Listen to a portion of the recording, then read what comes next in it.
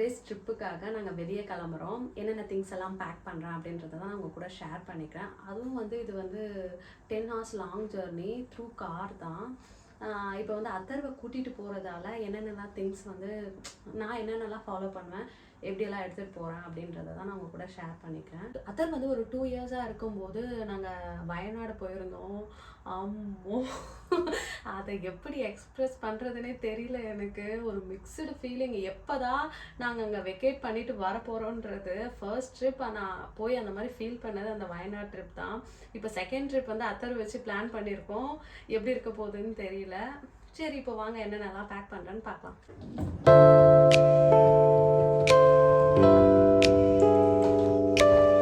நாங்கள் ஒரு list of places வச்சுருந்தோம் அங்கே போகலான்னு. பட் ஆனால் பார்த்தா இது அந்த லிஸ்ட்லேயே இல்லாத பிளேஸுக்கு தான் நாங்கள் இப்போ கிளம்பிட்டுருக்கோம். நாங்கள் எங்கே பிளான் பண்ணியிருந்தோன்னா நார்த் ஈஸ்ட் சைட் தான், மெகாலயா அப்படி போகலாம் அப்படின்னு சொல்லிட்டு பிளான் பண்ணியிருந்தோம். பட் ஆனால் அந்த சீசனில் அது எஸ்பெஷலி மான்சூன் சீசனு, ஸோ கண்டிப்பாக அந்த சைட்லாம் போகவே முடியாது. அதுவும் பார்த்தா வெதர் வந்து ரொம்பவே பேடாக இருந்தது. ஹெவி ரெயின்ஃபால் ப்ளஸ் ஃப்ளட்டு வேறு. சரி, அதனால் அந்த பிளானை வந்து ட்ராப் பண்ணிட்டோம்.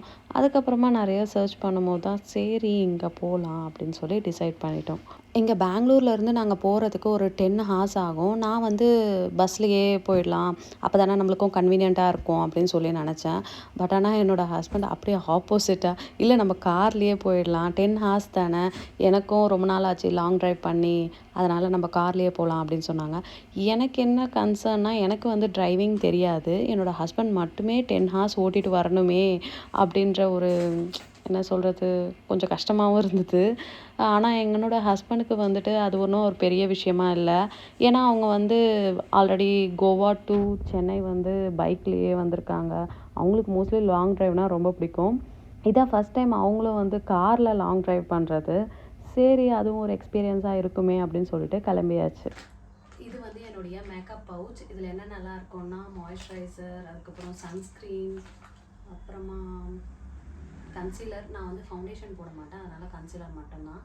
அதுக்கப்புறம் வந்துட்டு ஒரு காம்பேக்ட் பவுடர், தென் செட்டிங் ஸ்ப்ரே, அவ்வளோதான். அதுக்கப்புறம் ஒரு லிப் பாம், அண்ட் தென் என்னுடைய ஃபேவரட் லிப்ஸ்டிக், அதுக்கப்புறம் லிப் லைனர்,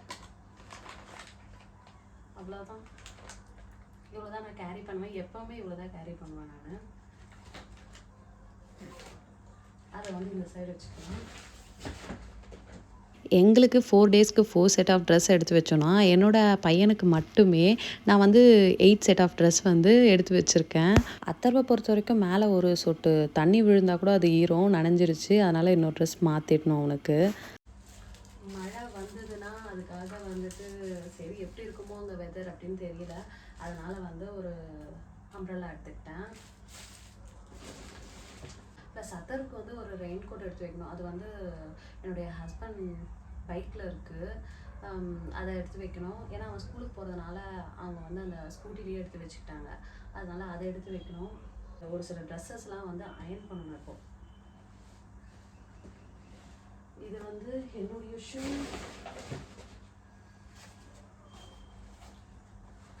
என்னுடைய ஹஸ்பண்ட் வந்து இவ்வளோதான் ட்ரெஸ்ஸு, பார்க்கவே ட்ரெஸ்ஸு, அதுவும் இந்த 3 தான். இப்போ ட்ரெஸ் இல்லாத மாதிரி இருக்கும். இப்போ நாங்கள் எல்லாத்தையும் பேக் பண்ணி முடிச்சிட்டோன்னா கரெக்டாக வந்து நின்றுட்டு, இன்னும் என் ட்ரெஸ் எல்லாம் எடுத்து வச்சுட்டியா, இவ்வளோதானா அப்படின்னு சொல்லிட்டு இன்னும் ஒரு 2-3 ட்ரெஸ்ஸு வேறு எடுத்து கொடுப்பாங்க. இதில் வந்துட்டு என்ன போட்டிருக்கேன்னா,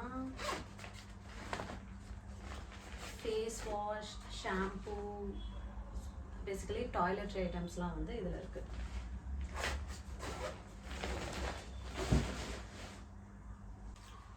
சாட்டர்டே தான் வந்து கிளம்ப போகிறோம். ஆனால் நான் இப்போ எப்போ எடுத்து வச்சுட்ருக்கேன்னு பார்த்தீங்கன்னா, இன்றைக்கி தேர்ஸ்டேவே வந்து எல்லாத்தையுமே எடுத்து அரேஞ்ச் பண்ணிட்டேன். ஆக்சுவலாக என்னோடய பிளான் என்னென்னா, தேர்ஸ்டேவே ஃபுல்லும் பேக்கிங் முடிச்சிடணும் அப்படின்னு நினச்சேன். பட் ஆனால் இன்றைக்கி முடியாது. எப்போயுமே ஏதாச்சும் ஒன்று மிஸ் பண்ணிட்டு போயிடுவேன் ட்ரிப்பில். பட் ஆனால் இந்த டைம் வந்து எதுவும் மிஸ் ஆகக்கூடாதுன்றதுனால ஒரு 1 வீக்காகவே என்னென்னலாம் தேவை அப்படின்னு சொல்லிட்டு அந்த ரூமில் வந்து எல்லாத்தையும் எடுத்து வச்சுட்ருந்தேன். இப்போ எடுத்து வச்சாலுமே இப்போ தான் ஒன்றெல்லாம் வந்து நமக்கு ஞாபகத்துக்கு வருது. புது ட்ரெஸ் தான், பட் ஆனால் ரொம்ப கசங்கிட்டுருக்கு. நம்ம கொஞ்சம் இதை அயர்ன் பண்ணி எடுத்து வச்சிடலாம். நமக்கு தான் ஒரு செகண்ட் பெட்ரூம் இருக்குல்ல, அது எப்போயுமே வந்து ஸ்டோர் ரூம் மாதிரி தான் யூஸ் பண்ணுறது. இப்போ யாராச்சும் வந்தாங்கன்னா தான் அது ப்ராப்பராக க்ளீன் பண்ணி வச்சுருப்பேன் நான். அந்த நேரத்தில் வந்துட்டு நான் இது மாதிரி இப்போ வாங்கின ட்ரெஸ்ஸஸ் எல்லாம் எடுத்துகிட்டு போயிட்டு அங்கே தான் எடுத்துகிட்டு போய் வச்சுருந்தேன். சரி என்னென்ன ட்ரிப்புக்கு தேவையோ மொத்தமே அப்படி தான் போட்டு வச்சுருந்தேன் நான். அது வந்து நல்லா கசங்கிடுச்சு. இது அப்படியே அயர்ன் பண்ணாமல் போட்டோம்னு நினச்சிக்கோங்களேன், பார்க்கறதுக்கு புது ட்ரெஸ் மாதிரியும் இருக்காது, ஒரு லுக்குமே இருக்காது. சரி அதனால தான் எனக்கு தெரிஞ்ச அளவுக்கு அயர்ன் பண்ணேன். நான் வந்து அப்படியே ப்ராப்பராக கொஞ்சம் கூட சுருக்கம் இல்லாமலாம் எனக்கு வந்து அயர்ன் பண்ண தெரியாது. அதுவும் பாருங்களேன், இந்த ட்ரெஸ்ஸில் இங்கே சென்டரில் வந்து ப்ளீட்ஸ் இருக்கிறதுனால இன்னும் மோசம். அதனால் எனக்கு எப்படி அயர்ன் பண்ணுறதுன்னு கூட தெரியல. ஏதோ அங்கங்கே கொஞ்சம் கொஞ்சமாக பிட்டு பிட்டாக வந்து அயர்ன் பண்ணி வச்சுருக்கேன். நமக்கு என்ன, போடும்போது வந்து ரொம்ப கசங்கி இருக்கக்கூடாது, பார்க்கறதுக்கு நீட்டாக தெரியணும். அப்படி இருந்தால் மட்டும் போதும்.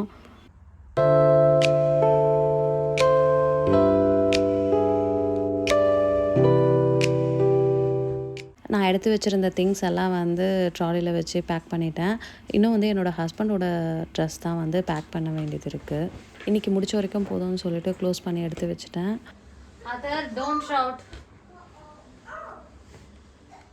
இப்போ என்னோடய ஹஸ்பண்ட் வந்து ஒரு செட் ஆஃப் ட்ரெஸ் எல்லாம் எடுத்து வச்சுருக்காங்க.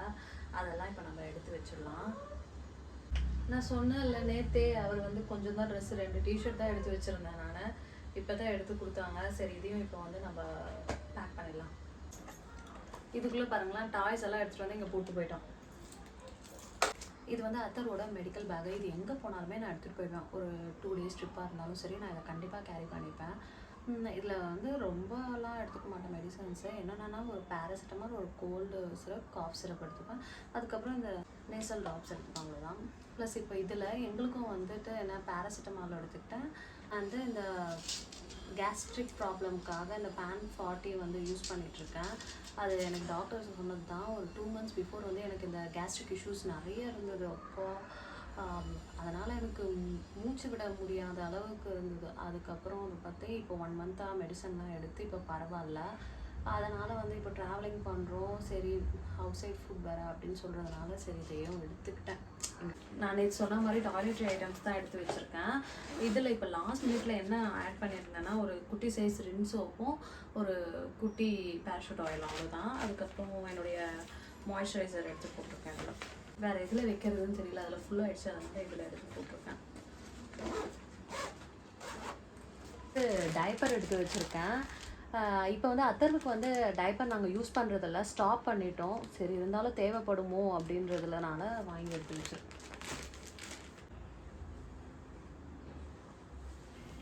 என்னுடைய ஹஸ்பண்ட் வந்து ஒரு ஷர்ட் மட்டும் அயர்ன் பண்ண வேண்டியது இருந்தது. சரி இது எல்லாத்தையும் முடிச்சுட்டு லாஸ்ட்டாக வந்து இதையும் அயர்ன் பண்ணி எடுத்து வச்சுட்டேன்.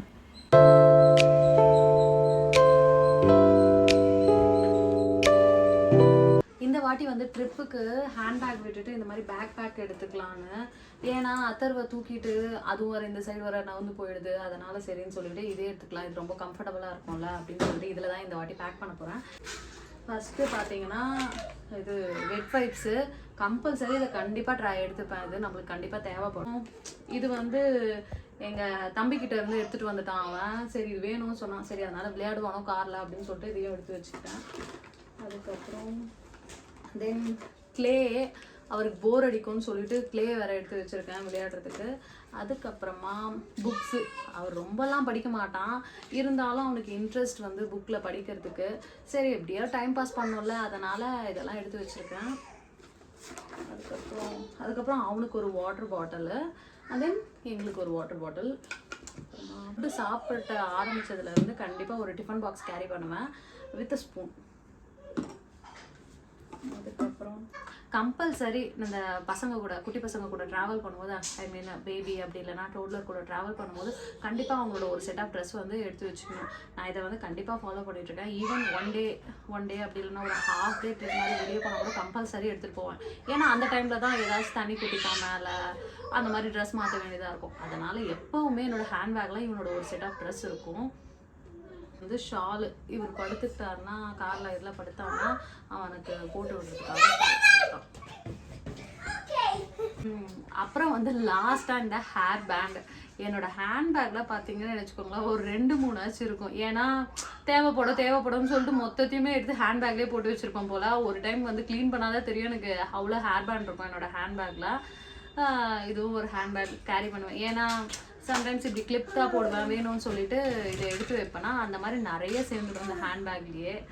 இது ஒன்று.